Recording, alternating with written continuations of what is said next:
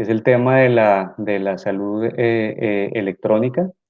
De hecho, mi travesía en esta área la inicié ahí en la Fundación Santa Fe de Bogotá.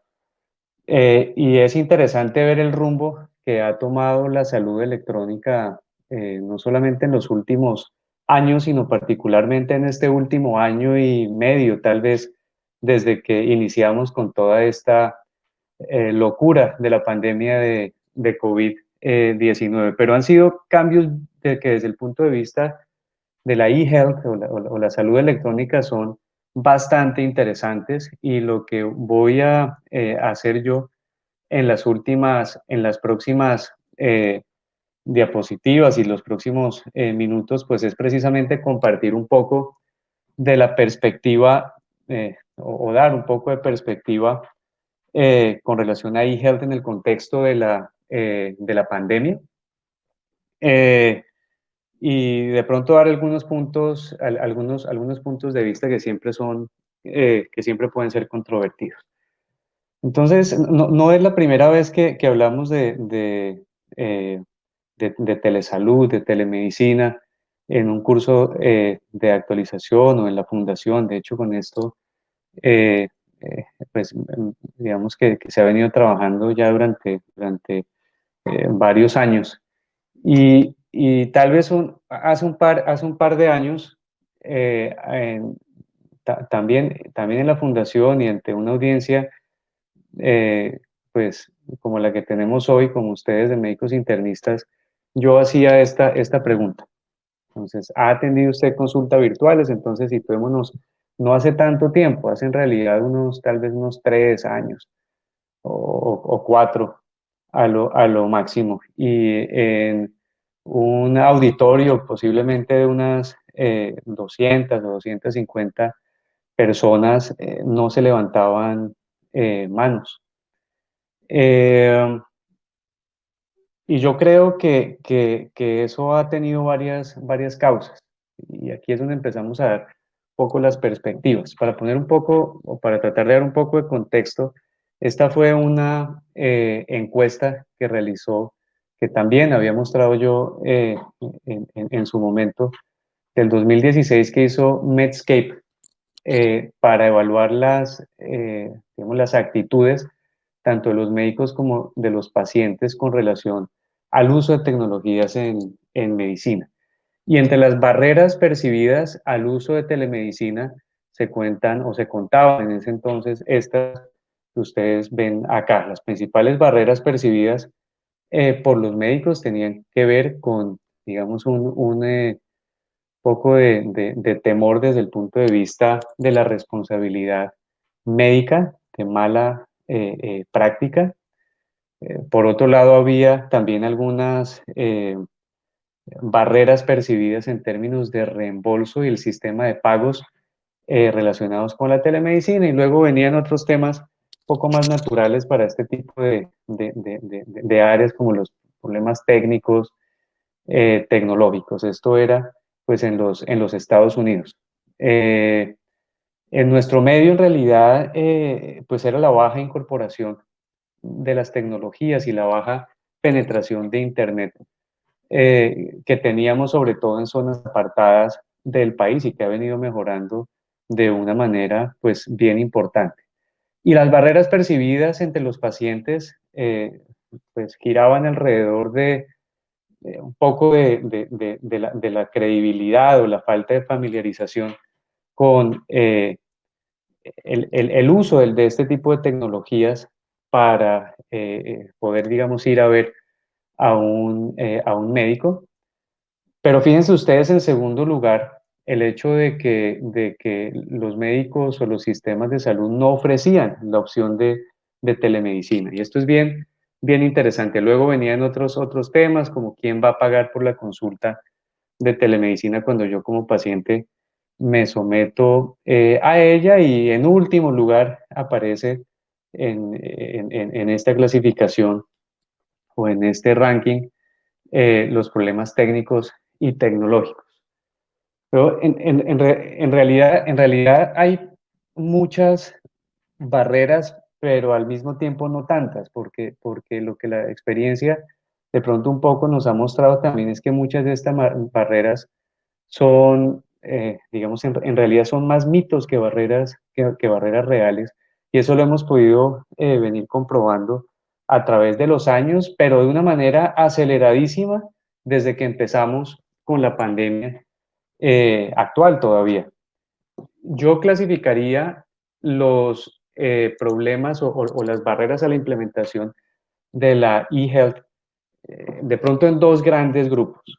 Por un lado, el reconocimiento de la telemedicina, digamos, de qué es la telemedicina, cómo se hace la telemedicina, saber en realidad que lo que provee son canales más que, digamos, una especialidad independiente para la prestación de servicios de salud. Y otra categoría grande, pues puede ser la relacionada con el manejo de la resistencia al cambio. Digamos, ese es un tema grande, grande, grande a la hora de la implementación de este tipo de innovaciones y de cualquier otra innovación en realidad en el sector salud.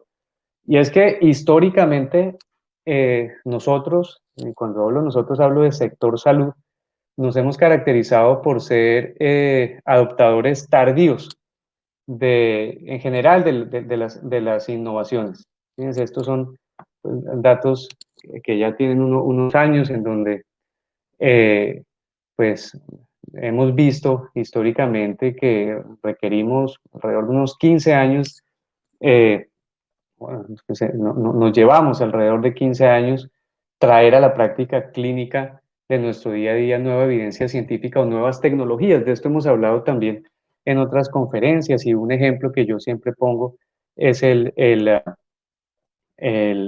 VISCAN o el ecógrafo, o el ecógrafo manual, donde tenemos evidencias del año 2005 comparativa versus información obtenida a través de tecnologías, digamos, tradicionales como el estetoscopio, con unos mayores, digamos, una mayor precisión diagnóstica, incluso en manos no expertas, obviamente después de, digamos, de un entrenamiento básico, más sin embargo todavía digamos, no la incorporamos a nuestro día a día, particularmente en la medicina interna a nivel mundial. Entonces, para empezar a hablar de algunos de esos mitos, que están además reportados, fueron reportados en un artículo bien interesante que salió el año pasado, muy poco tiempo después del confinamiento asociado a la pandemia, y es algo que hemos visto, digamos, desde la experiencia también a través de los años. El primer mito es que la medicina, pues, es complicada. Y en realidad lo que nos ha mostrado particularmente la pandemia es que esto no es tan cierto. Yo veo la telemedicina y la hemos comparado, no sé qué tan, digamos, tan legítima sea la comparación, pero como un carro, ¿no? Digamos, uno tiene que pensar para qué quiere un carro. Entonces, si lo que uno quiere es un carro para transportarse de un lado a otro, pues posiblemente una tecnología básica le alcance. Si uno tiene otro tipo de incentivos, otro tipo de estímulos, y el carro lo quiere no solo para transportarse, sino para que le dé ciertos otros beneficios, pues posiblemente necesitemos una tecnología más avanzada. Posiblemente, dependiendo de cuál sea nuestra necesidad y dependiendo de cuál sea nuestros recursos, podremos funcionar bastante bien con un carro de alta gama o con un carro de baja gama. Y creo que alrededor de esto ha girado también históricamente, eh, digamos, la efectividad eh, en el uso de sistemas de telesalud a nivel mundial.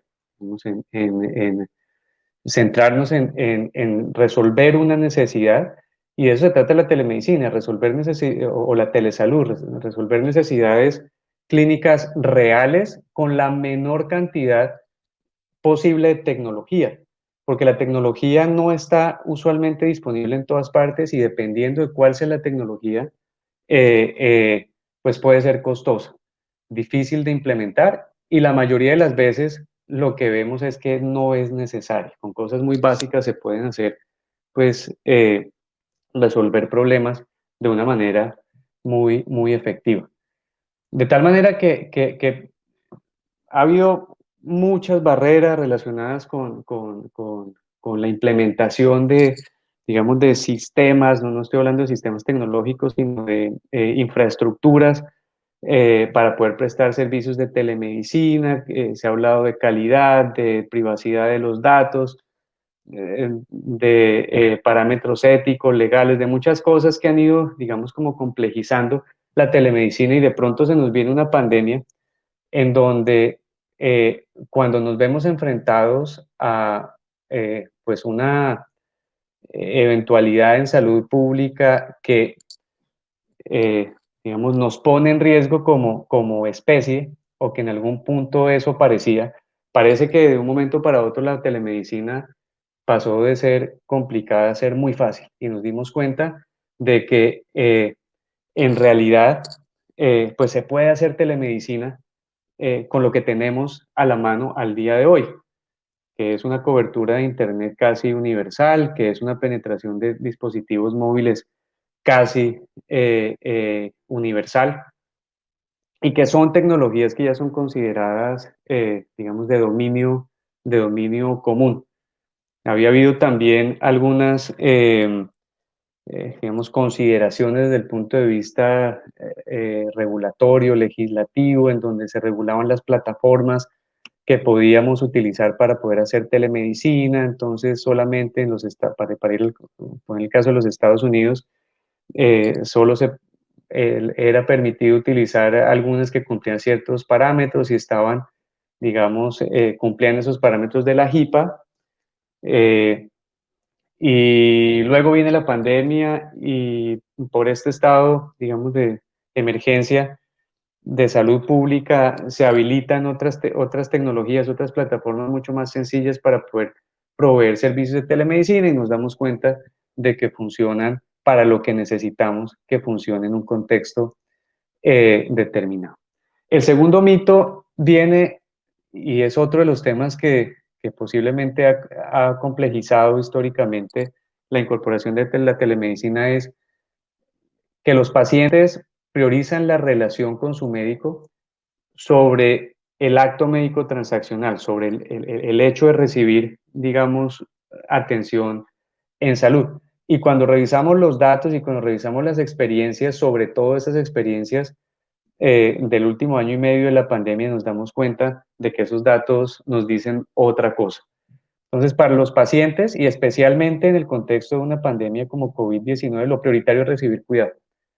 Lo prioritario es que se les solucione una eventualidad de salud. Eso es lo que prima y eso es lo que está reportado en las experiencias que están reportadas ahora después de la pandemia. Traigo un link ahí del Jefferson Health, que es una de esas experiencias que están ahí reportadas. De tal manera que para el paciente la conveniencia es más importante que el relacionamiento. Y yo sé que esto a nosotros como médicos y como médicos internistas nos pega fuerte. A mí me pega fuerte. Yo digo, bueno, pero ¿cómo esto, digamos, esto reta lo que yo tengo preconcebido y como que me choca un poco, pero eso es lo que nos dicen los datos. Ahora, habiendo dicho eso, eh, eh, pues sí es importante decir que es que no son dos cosas mutuamente excluyentes, ¿no? En el contexto de la telemedicina. Igual que no lo son en el contexto de la prestación de servicios de salud cara a cara. Entonces, se puede, digamos, solucionar una eventualidad de salud, prestar una atención que sea efectiva utilizando telesalud, al mismo tiempo que podemos asegurar una adecuada relación médico-paciente. Y creo que mucho del escepticismo alrededor de eso lo hemos ido, digamos, rompiendo gracias a esta terrible pandemia. El tercer mito es que no es posible examinar a un paciente a través de la telemedicina y esto es otra de esas cosas que digamos, en donde hemos visto que el panorama ha ido cambiando de manera drástica.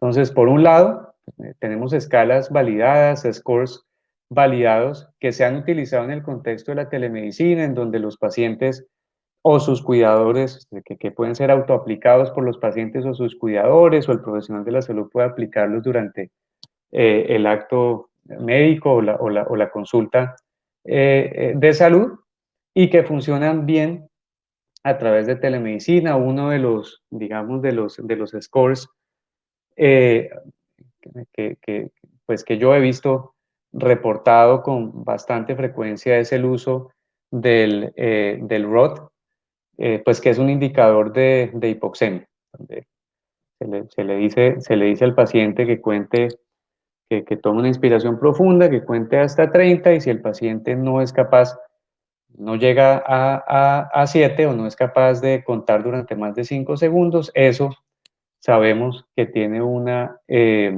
sensibilidad y una especificidad por encima del 90% para detectar hipoxemia. Entonces, eso de hecho se está utilizando en, digamos, entre los criterios en muchos sitios para determinar cuándo un paciente debe ir, pues un paciente con positivo para COVID debe ir a un hospital, especialmente durante el periodo de confinamiento, cuando pues obviamente lo que se trataba de contener es que los pacientes que realmente no necesitaran ir al hospital, pues no lo hicieran, ¿no? Y otras, digamos, y otros parámetros semiológicos eh, que de pronto se habían olvidado un poco, y que se vuelven a utilizar en el contexto de la telemedicina para diagnosticar, por ejemplo, algunos casos de abdomen agudo. Es poner al paciente a saltar en una pierna. Esto está escrito en los antiguos libros de semiología, y vemos que de alguna manera volvemos a través de la telemedicina al arte de la semiología. De hecho, una cosa que yo pienso y que puede ser, eh, estoy seguro de que puede ser bastante controvertido, es si posiblemente necesitamos un nuevo manual de semiología que es aplicable para telemedicina. Cuando vemos, y estos no son datos nuevos tampoco, cuál es la causa número uno de consulta según el CDC de Atlanta, pues es la tos. Y yo en un auditorio de internistas, y esta fue una pregunta que yo hice también en un curso de actualización, en un congreso pasado, yo preguntaría, digamos, cuántos estarían de acuerdo, digamos, o cuántos piensan que realmente se necesita una consulta presencial para el abordaje de la tos. Ahora, todo esto sobre un contexto más grande, y es que también sabemos desde siempre, desde nuestra época de estudiantes de medicina, que pues más del 90% del diagnóstico viene de la anamnesis, específicamente del interrogatorio del paciente.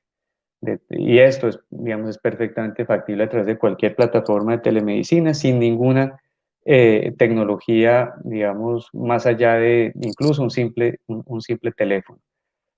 Ahora, por encima de esto, me vuelvo a esta diapositiva, tenemos los denominados wearables, los sensores todos tenemos, eh, lo que todos usamos ya de manera rutinaria, y que nos permite monitorear a los pacientes a distancia. Entonces aquí empezamos a hablar también, y es una tendencia que empezaba a verse lentamente, lentamente, y gracias a la pandemia se viene disparando, que es la descentralización de los servicios de salud. Digamos, cómo deberíamos estar monitoreando los pacientes y haciéndole seguimiento más preventivo, en realidad, desde donde el paciente esté, y no requerir que el paciente tenga necesariamente que ir a un hospital para recibir cuidado de salud.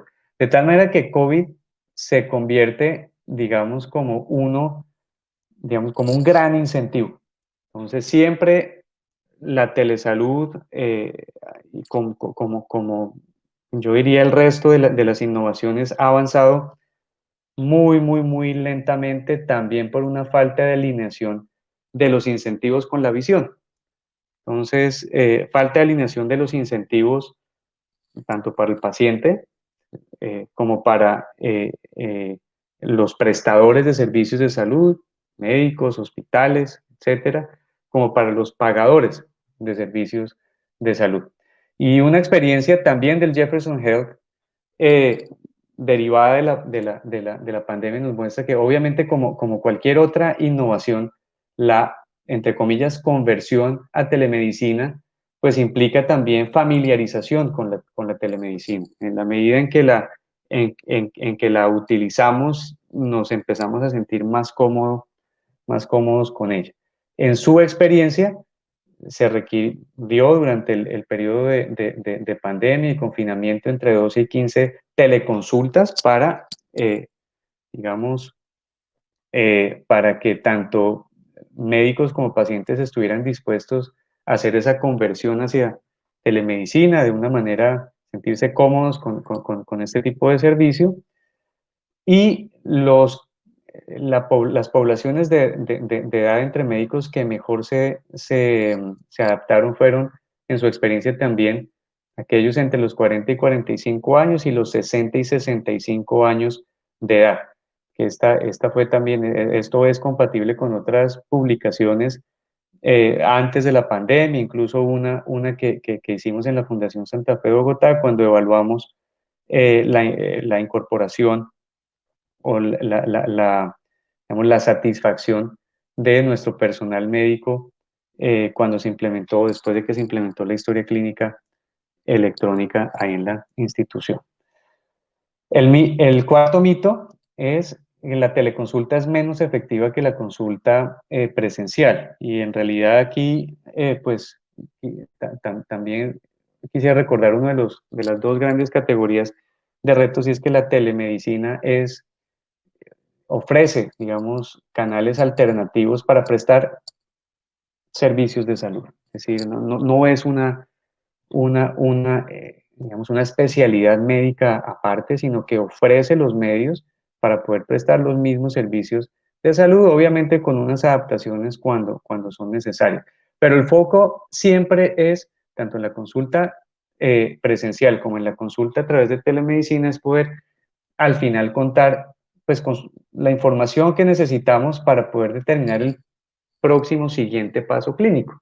Y cuando esto obviamente determina la calidad de la atención, además de el otro aspecto que comentamos en cuanto a la relación médico-paciente, y tanto en la consulta cara a cara con la consulta de telemedicina, muchas veces, digamos, tenemos que confirmar nuestras sospechas en una segunda o tercera instancia a través de exámenes de laboratorio. De tal manera que en realidad al final lo que importa y el foco final es poder contar con la información suficiente para poder determinar el siguiente paso.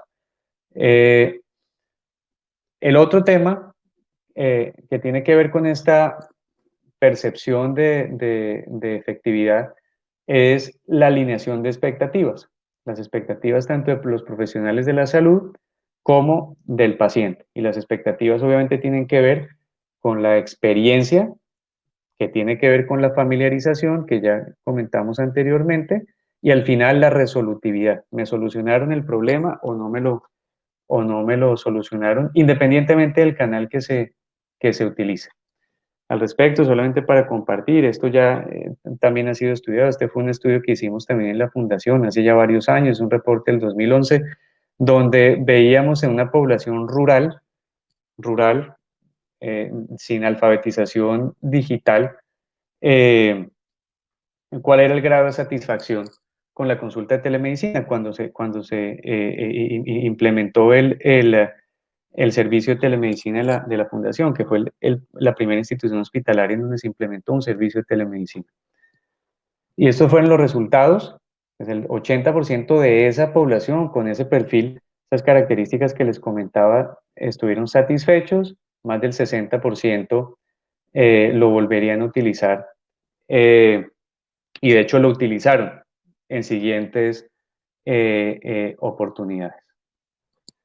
Entonces, para hacer un paralelo también entre pre-COVID y post-COVID en relación con las perspectivas o las expectativas, volviendo a la encuesta realizada por Medscape en 2016, fíjense ustedes, las respuestas de los médicos son las moradas, las de los pacientes son las grises.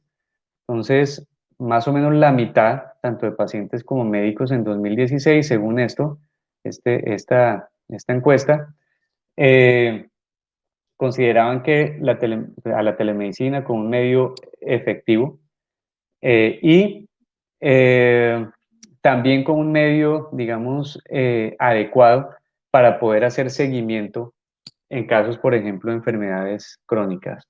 Versus el estado post-COVID, este reporte del año pasado, en donde más del 80%, a más del 90% de los pacientes tienen una percepción, digamos, de eficacia relacionada con la telemedicina.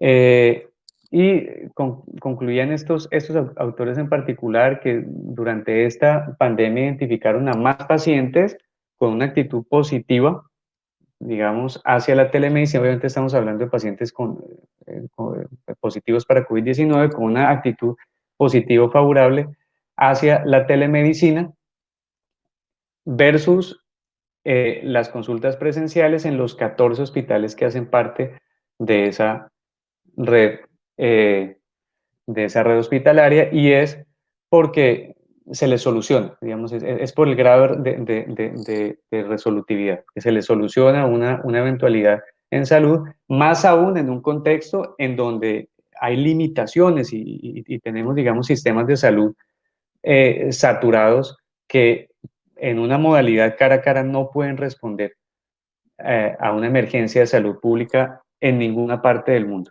Esto ya es, digamos, se hizo más que evidente durante COVID-19, y esta es una iniciativa que se adelantó aquí en España, que es en donde me encuentro yo localizado, por unos viejos amigos del área de eHealth.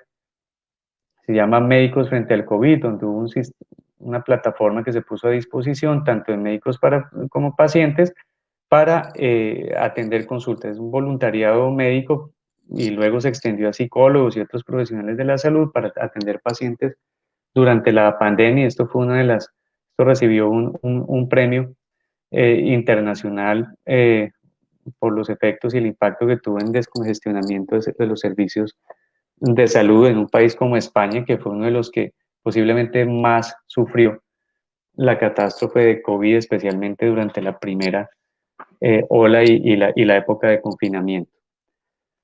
Y el quinto mito: no es viable un modelo de negocios o un modelo de pago-reembolso para la telemedicina. Entonces esto sí que es evidente, sí que ha sido evidente, y particularmente en nuestro país. A pesar de que ya tenemos varios estudios, solo por traer uno, no es, pero hay varios estudios que nos muestran, digamos, la favorable o la adecuada relación costo-efectividad eh, relacionada con la telemedicina, siempre a nivel de los, digamos, de nuevo, de la alineación de los incentivos y de la alineación con los pagadores y demás. Ha habido pues retos importantes que de pronto durante el COVID, ante una emergencia de salud pública, desaparecieron. Entonces, digamos, todas esas barreras en términos de los modelos de negocio, de quién va a pagar por la telemedicina, cómo se va a pagar, qué esquemas tarifarios vamos a utilizar. Todo esto de un momento para otro se resolvió, y son temas en los que se venían trabajando, yo creo que casi por una década. Eh, la duda y el reto ahora que nos queda es la continuidad post-COVID. Ojalá que esto no sea un impulso de corto plazo, que hayamos aprendido para el beneficio nuestro y sobre todo los pacientes en el largo plazo, pero sí que ya tenemos y ha habido un avance también importante en plataformas digitales, no solamente en concientización de los profesionales de la salud y educación, tanto de profesionales como pacientes, sino el desarrollo y el perfeccionamiento de plataformas digitales que han demostrado también disminuir costos administrativos. De tal manera que, ya para terminar, para lograr esta transición, tenemos que entender la telemedicina como un canal en donde son, digamos, más importantes tener flujos efectivos, protocolos clínicos, eh, más que tecnología. El análisis se hace eh, digamos, desde el punto de vista, teniendo un foco de solución de necesidades que sean reales para una comunidad específica, y de ahí se ve esa comunidad específica con qué tecnología cuenta y qué se puede hacer con eso. ¿No? De tal manera que, para empezar por telemedicina, esto es para digamos, instituciones y centros de práctica que no tienen un sistema, pues, digamos, ya instaurado de telemedicina, algunas recomendaciones: usar la historia clínica electrónica que ya se utiliza, por lo menos al inicio, modificar los flujos clínicos existentes lo mínimo posible para no alterar tanto los flujos eh, por la introducción de la telemedicina, eh, y tener personal, digamos, capacitado y que capacite tanto a los médicos como a los pacientes para asegurar, pues, que el encuentro por vía telesalud funcione bien. Y una referencia que les dejo, que no es de medicina interna, pero es bien interesante, de un grupo de ortopedistas, eh, en cuanto a las lecciones aprendidas y las recomendaciones para el lanzamiento de un servicio de telemedicina de manera urgente. Entonces, ahí tienen recomendaciones desde el punto de vista de la educación, de los flujos clínicos, de las tecnologías de las tecnologías de información, etcétera. Y ya para terminar, pues yo creo y espero que, si algo bueno nos ha traído la pandemia, si es que uno puede ser, y a mí, y yo quiero, digamos, ser así de optimista y pensar que no hay mal que por bien no venga. En temas de e-health ha sido un avance sin precedentes en la incorporación de telesalud y de la e-health a nivel mundial. Y para simplemente citar algo que decía un sabio 500 años antes de Cristo: lo único que no cambia es el cambio. Entonces, creo que eso es lo que estamos viviendo en este momento, y espero que sea para nuestro bien en el largo plazo. Muchas gracias.